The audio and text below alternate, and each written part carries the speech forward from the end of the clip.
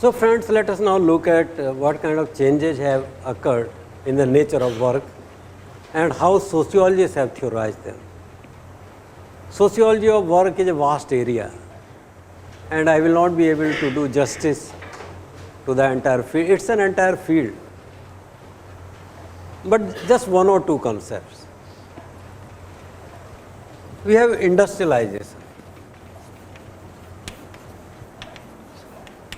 At some stage, society started industrializing, and Gisbert's book gives you a number of bullets specifying the characteristics of industrialization.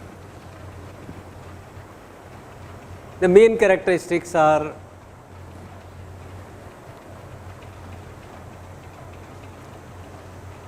development of science and technology, technical advancement, increase in knowledge, increase in the size of production. Earlier our weavers, our artisans, potters, goldsmiths, blacksmiths, they produce things in limited quantity for the satisfaction of local needs. Now one industry can produce so much that it can satisfy needs of populations in several countries. To rise in the scale of operation, big production, manufacturing, big production. We can produce too much. Also, it produces division of labor, specialization. So, industrialization affects technology, more advanced technology, income, it raises scale of production, knowledge. There is a connection between technology and knowledge, division of labor and specialization. Emile Durkheim said that in pre-industrial society, there was a kind of mechanical solidarity. For any society, integration or solidarity is must. If there is no solidarity, if there is no unity, unitedness and integration among members of society, if there are no common beliefs and values and no common desire to adhere to norms of society, society cannot survive. So we need solidarity.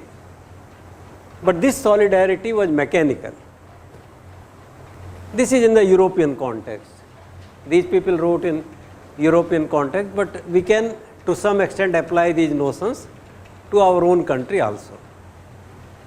We can say that the society of India was divided into 4 major varnas, and people's work, rights, obligations, duties, beliefs, practices were part of their varna, Brahmin, Kshatriya, Vaishya, Shudra. And as far as we know, at least for 5,000 years or more, this kind of system has been going on. Although that system is not exactly like a feudal system of Europe. Till 12th century in Europe they had a feudal system. In feudal system, at the top is a king, below that lord, below that serfs or native peasants and slaves and others. And there are some people who have some kind of free status. Traders, artisans, blacksmiths, millers, they are not as much tied to their land as the agricultural workers, peasants, tenants or slaves. They are free, relatively free. Millers, traders, artisans. They could not be bound to any particular land, any particular village, because the nature of work of these people was such.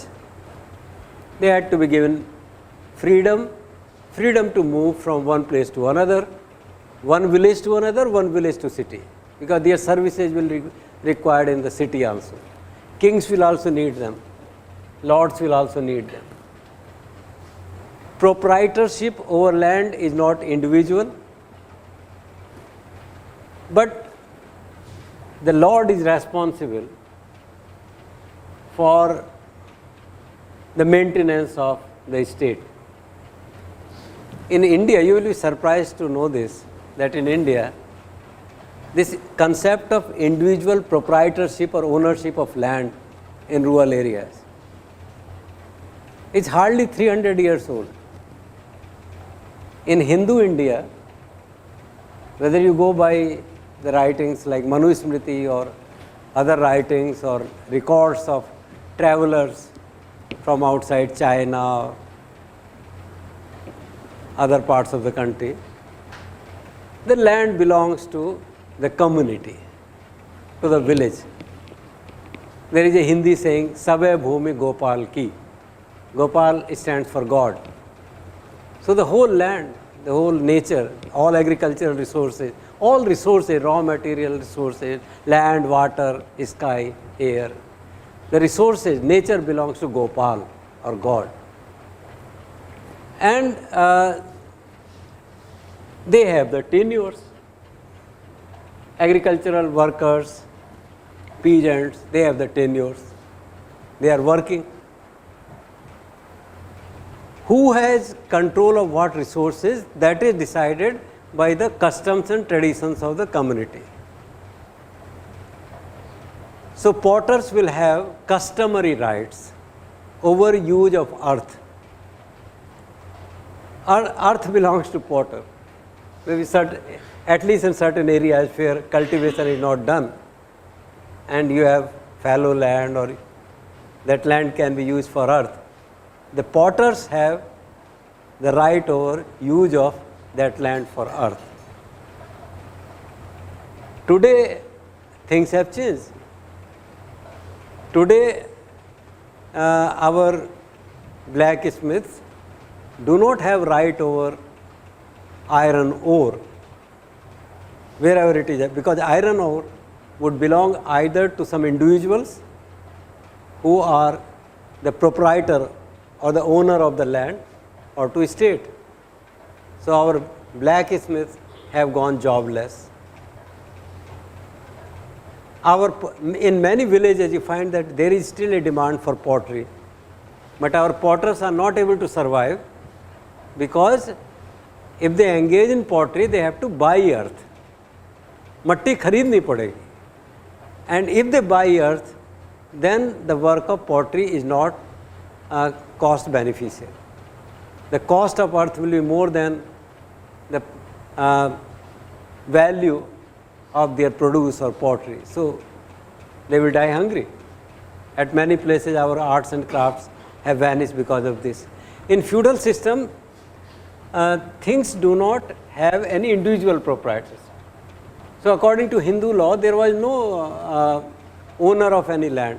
There was no class of land owners as such. During Mughal period also, though Mughals tried to systematize land records and proprietorship, but only at a limited scale, it was first time during the British period that the concept of individual proprietorship came and some people became owners of the land. Before that, land belonged to God, and depending on one's caste or varna, one was expected to take up certain kinds of activities, and his other needs were satisfied by people belonging to other varnas or other castes. So throughout the year, this system, in India, this system was called Jajmani system. throughout the year, people will keep on working according to work ascribed to them, according to customs and traditions of that place. That you are a barber, तो पूरे साल आप बाल काटते रहो, या और other services. There were some special rituals to be performed by barbers, their wives or children at the time of marriage, birth, the religion, economic activities, social activities, they were all combined. If you are a carpenter, throughout the year, it is your responsibility, your duty to meet the needs of carpentry of the whole village. And when agricultural produce comes, there are farmers, there are carpenters, there are oil spillers, scavengers, leather workers, all people throughout the year, they keep on working. When the agricultural produce comes, means during the time of harvest, the production is distributed among all sections of society according to customs and traditions. Who will get how much? How much of the wheat will go to barber's family, how much to blacksmith's family, how much to carpenters, how much to potters, how much to leather workers, how much to scavengers. Because everybody had a right. There was no individual owner of land and everybody had a right. This was Jajmani system. Jajmani system became decadent later, that's a different thing. Before that there was perhaps a barter system. Not in India so much, but in Europe.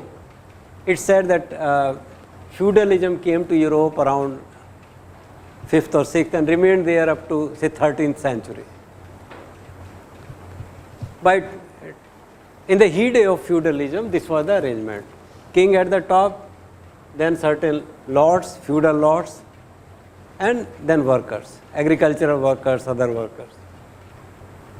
Lords would receive a share of their produce, and what will they receive from lords? Protection. If some other lord attacks the land, then serfs, slaves, artisans, traders, millers, they have right to be defended by lords and their army. Sometimes they will have to work for lord's army also. This was the system. So initially there was food gathering, hunting,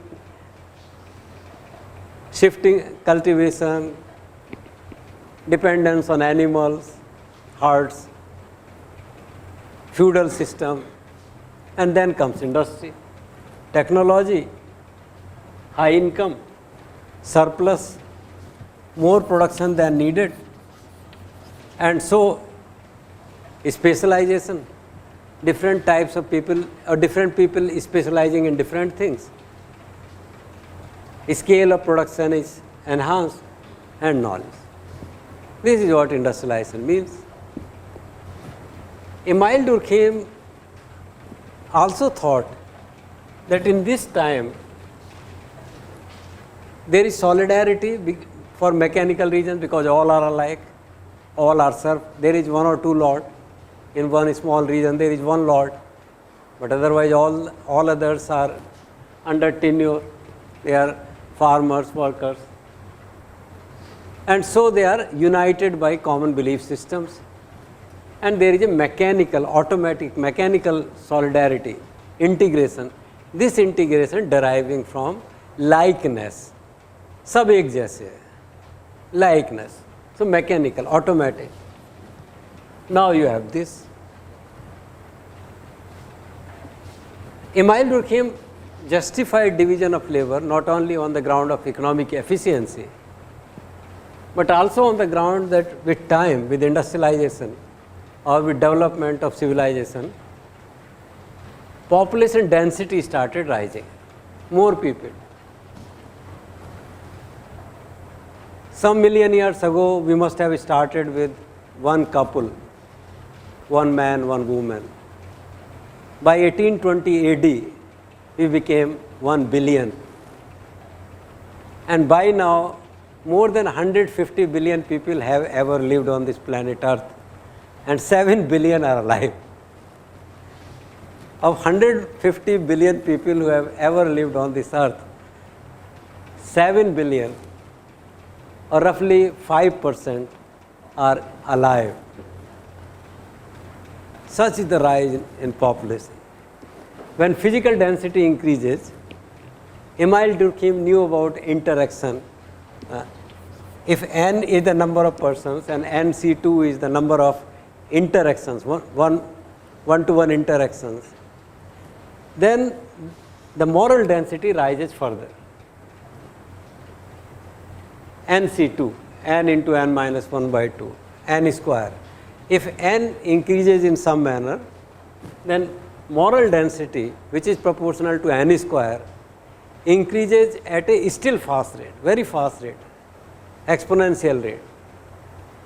And in a small village, in a small area, in a small community, when this happens, there is a chaos, confusion, utter confusion. Too much of interaction leads to too much of confusion. How to divide work then? We don't need now so many farmers, so many artisans, so many potters, so many barbers, so many scavengers. We don't need them. What do we do then? And then conflicts. This chaos will also mean conflict. Conflicts in interests of people who are rising at such a fast rate, and their interactions are also rising at a fast rate, actually faster than this. So at that time, when there is a danger to survival of society because of this, then people invent division of labor. That let us not fight with each other. Let us divide the work. So work gets divided, and it leads to specialization. In India, some kind of specialization was present for thousands of years. We had already divided our, actually this Varna Vyavastha, or division of society into Varnas, that was also some kind of division of labor. So division of labor which came with industrialization in Europe always existed in India. Emile Durkheim and these people are commenting more on the situation of Europe, not on Indian situation. But here, in the context of industrialization, modernization, there is now a division of labor and specialization, so much of specialization. Specialization, super specialization. So initially developed a separate class of philosophers. When food was scarce and the whole community was involved in food gathering and hunting, there was no chance of developing a separate class of philosophers. They did not require philosophy. Philosophy से पेट थोड़ी भरेगा. But now that they can produce more and they need less, so some people can be freed for other things. So some people must have started watching stars, some people sat in meditation, some started thinking, some started sketching, division of labor. And in work also now, there is a division of labor. So in modern industry, there is division of labor, and different people do different kinds of things. Nobody produces the whole thing.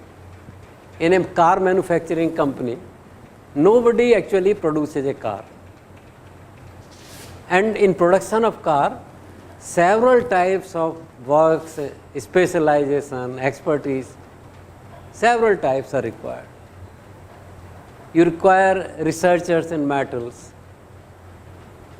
one extreme. You require ordinary workers. You require their supervisors. You require suppliers, some people who will bring raw materials from other places. So transporters, so drivers, cleaners. You require accountants, chartered accountants. You require engineers. You require designers.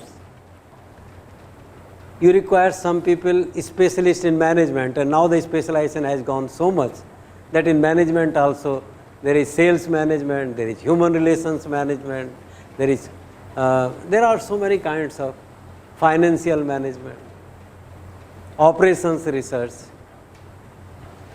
management of resources, management of human resources, promotion policies, technical managers. People, we require people with BTech degree and management, BTech and MBA. There is so much of specialization. In medical field, the specialization is very extreme today. At some point of time, there was nothing like a doctor, nothing like a Vaidya, nothing like Hakim, nothing like Ojha. But at some stage in development of human society came the concept of doctor or Ojha or magic man or witch, something which also does something positive for society. Otherwise, witch would not exist. So, witch, doctors, Ojhas, medicine men, traditional healers, spiritualists, they come into existence. Then allopathy doctor. Now the specialization is that there are child specialists, there are heart specialists, there are HIV specialists, ENT doctors. If you go for ENT purposes to a dentist, he will say, this is not my job. I am a dentist, I am not ENT expert. You cannot go to a dentist for diarrhea or typhoid. There is so much of specialization. Some time back, the concept of teacher may have emerged. Somebody who has lot of wisdom, lot of knowledge, and that knowledge is to be imparted to the next generation. So teacher or guru. Now the specialization is so much that there are varieties of gurus. There are primary school teachers, there are middle school teachers, there are intermediate school or college teachers, there are degree college teachers, there are teachers for arts, there are teachers for sciences, there are teachers for management, and even further down in sciences, physics, chemistry, math. In chemistry, a few days back, I met an old professor of IIT Kanpur who was associated with IIT since the beginning. And he was telling me, कि शर्मा जी क्या ज़माना आ गया है. When we used to teach here, we used to teach the whole chemistry to the whole class. Whole chemistry was taught. Today it is unimaginable that the subject of chemistry was taught by one single professor. Professor Dikshit met me, an old professor of chemistry. And he told that he taught chemistry to the entire batch of BTech and MSc students. But today, a teacher who is teaching organic chemistry will not like to teach inorganic, and one who is teaching inorganic will not teach organic.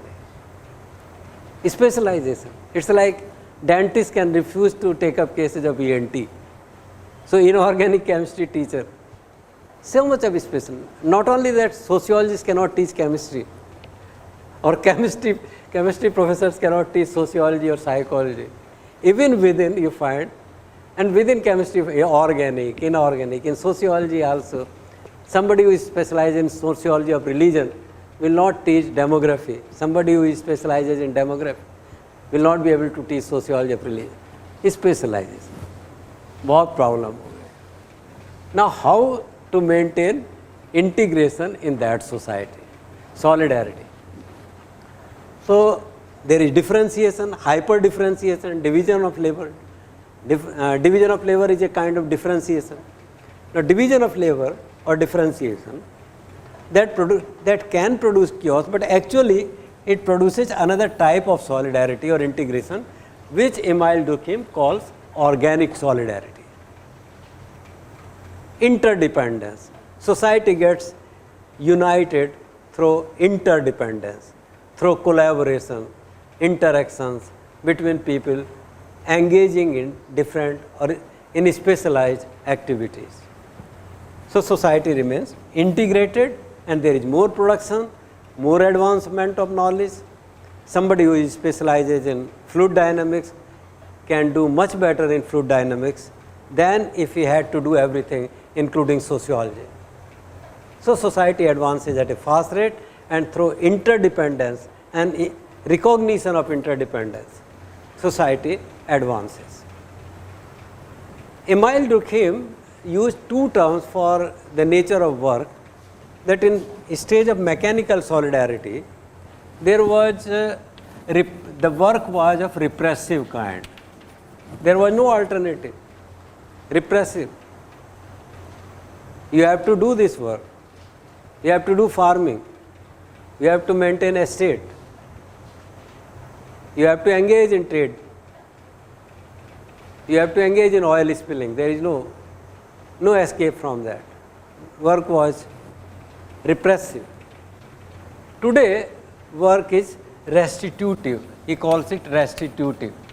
We work because we get compensated for work. And the compensation may be in the form of money. Restitutive. But then Emile Durkheim also recognizes that in this stage, when work becomes restitutive rather than repressive, society will have lots of conflicts. What will be the types of conflicts? There will be lots of conflicts in this stage. Industrial society is not as harmonious as agricultural society was. Yes, it's not harmonious. There is a lot of chaos, and this chaos has to be. The conflicts, specialization and restitutive work. There is no compulsion on you to do some particular type of work. You do some work and you get compensated for that. It's a kind of contact between you and society. You can do any kind of work, like you can do any kind of work and get the same salary. Work is compensated by salary. In this restitutive work, however, there will be lots of conflicts. One conflict will be between capital and workers. And society has to find some way to manage this conflict between capitalists or bourgeoisie, owners of land, raw material, money, and the workers. Another conflict is that you may not have so much work.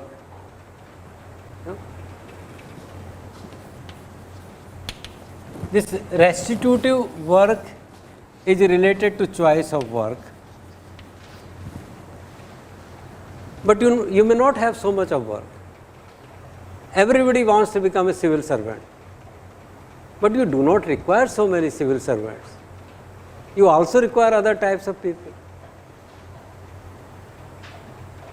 You also require teachers, you also require rickshaw pullers, you require coolies, you still require health workers.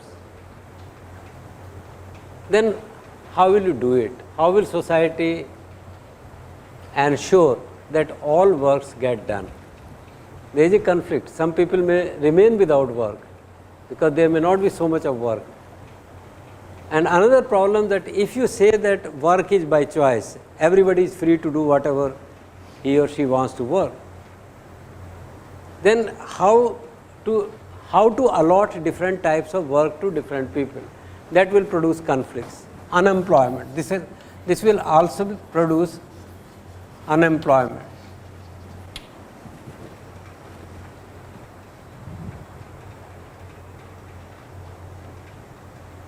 And unemployed people could be dangerous to society. How will you allocate different roles, different works to different people? This is an issue which we will take up when we talk about social stratification and the functional theory of social stratification, allotment of work. These conflicts have to be resolved.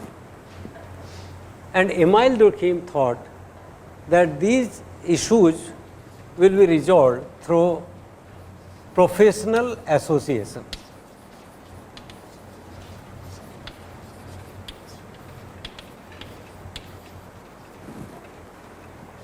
Associations of doctors, association of engineers, association of scientists, social scientists, knowledge workers.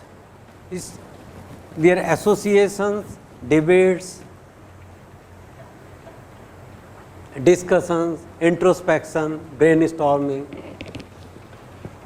development of values and ethics for their profession. So society will control people engaging in different types of work, in different specialities and super specialities, through the institution of professional associations, ethics, professional ethics.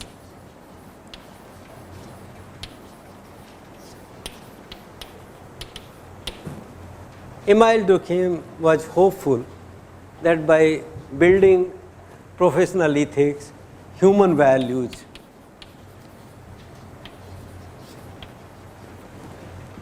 and giving more importance to professional associations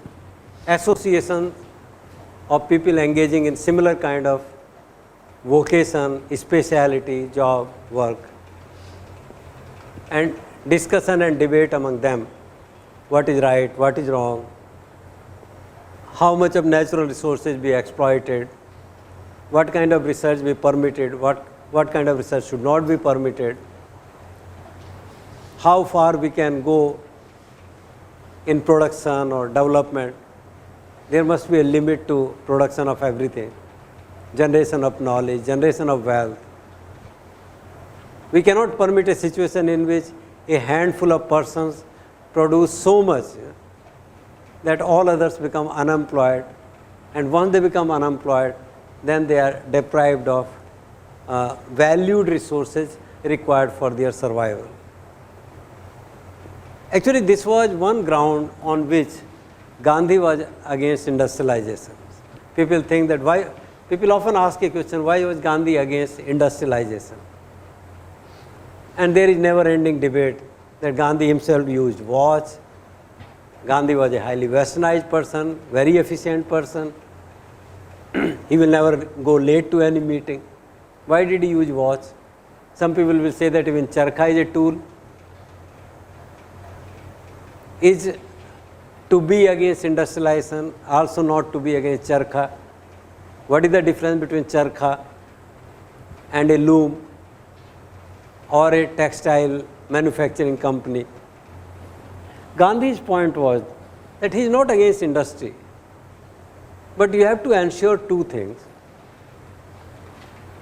that what the industry produces meets the requirement of the whole society. What is happening that due to profit motive or due to the organization of industry, industrial production or economic development is producing several classes, and people belonging to the top class, one class of people, capitalists, middle classes maybe, they are reaping all the fruits, all the benefits of development, and others are becoming unemployed. This industrialization, which is creating enormous affluence, enormous wealth in one class of people, and making all other classes of people vulnerable, marginal, unemployed, worthless, dispensable, was the danger that Gandhi was opposing. So if you can develop a model of industrialization or any knowledge or any production, if you can develop a model in which the chief motive behind development of technology or creation of more wealth or knowledge or anything is to help the mankind, the whole of mankind. This is the meaning of morality for all. If you indulge in something for the benefit of all mankind, and the benefit of that development is equally available to all sections of society, then Gandhi has no opposition. Gandhi will accept industry. Gandhi will not only accept charkha, Gandhi will also accept industry, provided the developments of industry take place because of humanistic considerations. So when after graduating you develop some project through SIDBI or something, you create a new company, a new industry, a new technology, a new innovation. The issue the issue that separates Gandhi from industrialists would be, why are you doing so? If you are doing so, if you are engaging in innovation, if you are engaging in innovation, in knowledge development, wealth creation, industry, for your personal benefit, and you become oblivious of your acts' adverse consequences on the rest of society, or the developments which your innovations will produce will create wealth in one class of people and make other classes of people marginal, vulnerable, unemployed, dispensable, don't worry about them, then this is immoral. So industrialization from Gandhi's perspective was immoral. Now Emile Durkheim thought that this situation can be redeemed by building professional associations, professional ethics. So the associations of various types of associations. There will be groups in industry, in educational institutions, in different fields of expertise, among doctors, among scientists, chemists, physicists, social scientists. Very strong associations where people will meet more frequently, talk more frequently, assess the consequences of their activities, develop self-imposing ethics or laws or moralities for themselves. Then professional ethics will come. So government of India will not decide what should chemists do, but the association of chemists will develop professional ethics for chemists. Engineers association will develop ethics for engineers. Lawyers association of jurists will develop values or framework of action for jurists. Similarly, parliament will develop a framework of action for parliamentarians. That is what professional ethics means. Today what is happening, that parliamentarians are deciding what IITs should do, what juries should do, what others should do. They are not developing a framework for their own moral action. So there is chaos in society. Emile Durkheim thought that this chaos will not exist if the professional associations develop professional ethics revolving around human values. So this was Emile Durkheim, that society changing from community to society, the term community for pre-industrial mechanical solidarity, society for a more differentiated, complex, developed society characterized by division of labor. Here integration will be maintained by organic solidarity or interdependence, and the framework of interdependence will come from professional ethics, which will be developed by professional associations and which will revolve around the issue of human values. So scientists will decide how much nature should be exploited. The issue of renewable, non-renewable resources should be decided, how much of this, how much of that, should be decided by scientists. Like that, professional association.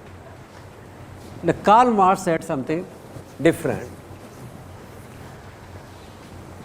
Karl Marx, at the root of Karl Marx's theory is the concept of alienation.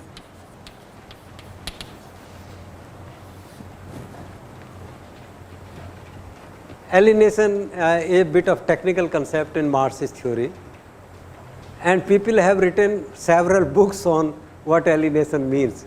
I will define alienation in some simple words. I will define this as अलगाव, अलग होना, separation,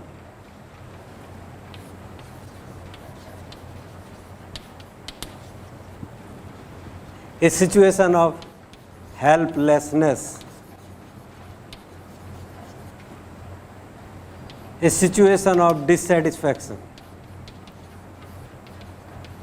discontent,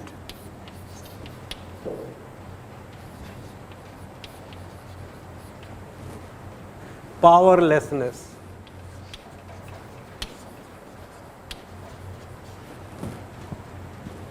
in extreme cases destitution.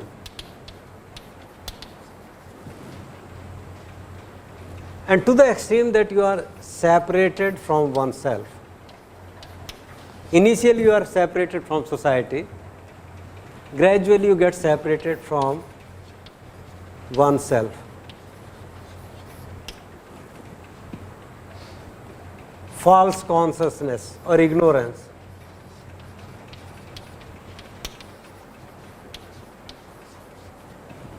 In industrial society, Karl Marx was more worried about this aspect of work.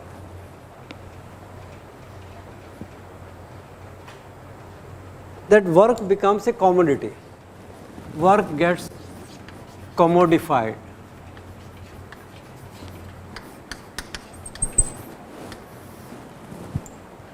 Work becomes a commodity.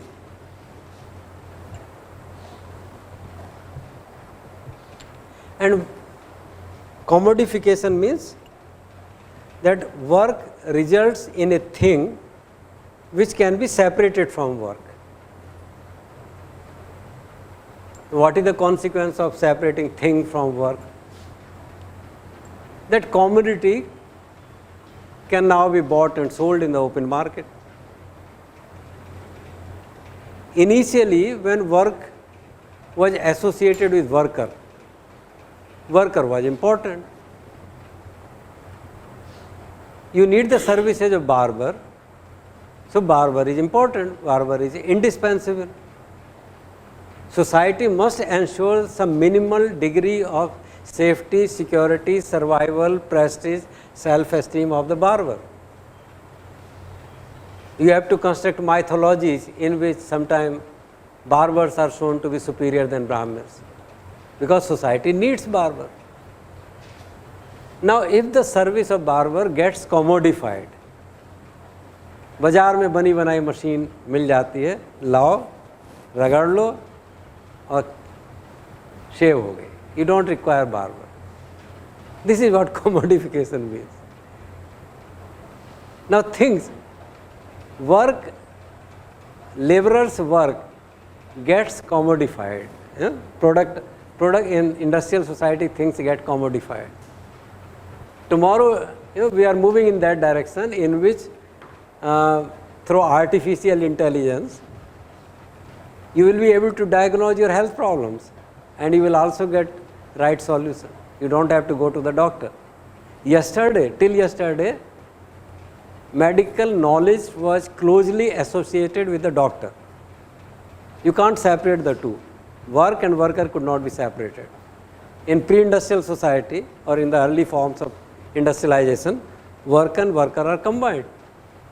In industrial society of Karl Marx's time, products are getting separated from the worker. Work and worker are getting separated. The moment you have artificial intelligence and you suffer from a health problem, you remain in your room seated, go to internet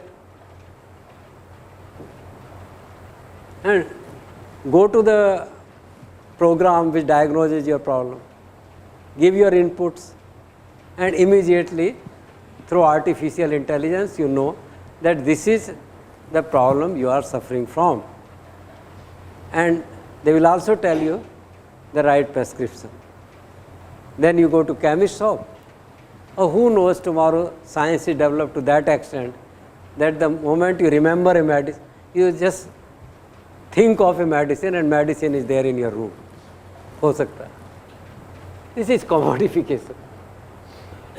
In the stage of commodification, then workers become useless. Work have contributed, workers have produced something, but in the process of producing something, they have made themselves useless. The product, the thing, the commodity become useful and the workers become useless. No work is possible without workers, but interestingly, when the level of work is so much advanced And when work gets converted into commodities, then we are not bothered about workers. Here it's an obvious case would be that our construction workers are constructing buildings. If you talk to your grandparents, in their time, the work of constructing a house was community.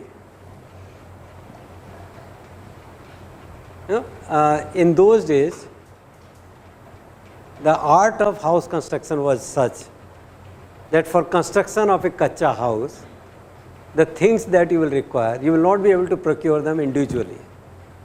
And the house construction activity was such that the whole of the community, whole of the village will have to contribute to creation of a house in which you live. So everybody was important and everybody was happy from a certain perspective. There was togetherness and nobody was indispensable. Nobody was dispensable. Today, because workers have produced so much and work is separated from workers, so workers become useless, workers become alienated. When workers become alienated, it's not in workers' hand to decide what to produce, where to produce, how much to produce, quality of production, composition of production. They are just workers. They produce something, but they have no say in decision making. They do not enjoy the product of the labor, and they are dispensable. IIT will not bother about what is happening to construction labor once the houses have been constructed. Beautiful houses near the swimming pool, beautiful houses are coming. For research students, for faculty, 6-story building is coming. Beautiful houses are constructed, and they are constructed by workers. But once the houses are constructed, institute will take no responsibility. For institutes, now these workers may live or die. It is not institute's concern. The work of housing construction is separated from the workers, and society is not responsible for the maintenance of workers. As long as that minimum number of workers survives, which is necessary for maintaining the level of production a society wants, that's all. Society is not worried about the workers. So a kind of safety that existed in all traditional systems. Today you may say all kinds of things about your traditions, customs in India or outside Europe, feudalism or casteism or jajmani. But one thing is there, that in all those systems there was some minimal degree of security for all the groups and all the individuals, because the work was closely associated with the worker. Today work and worker are separated, and society focuses on work and not on the worker.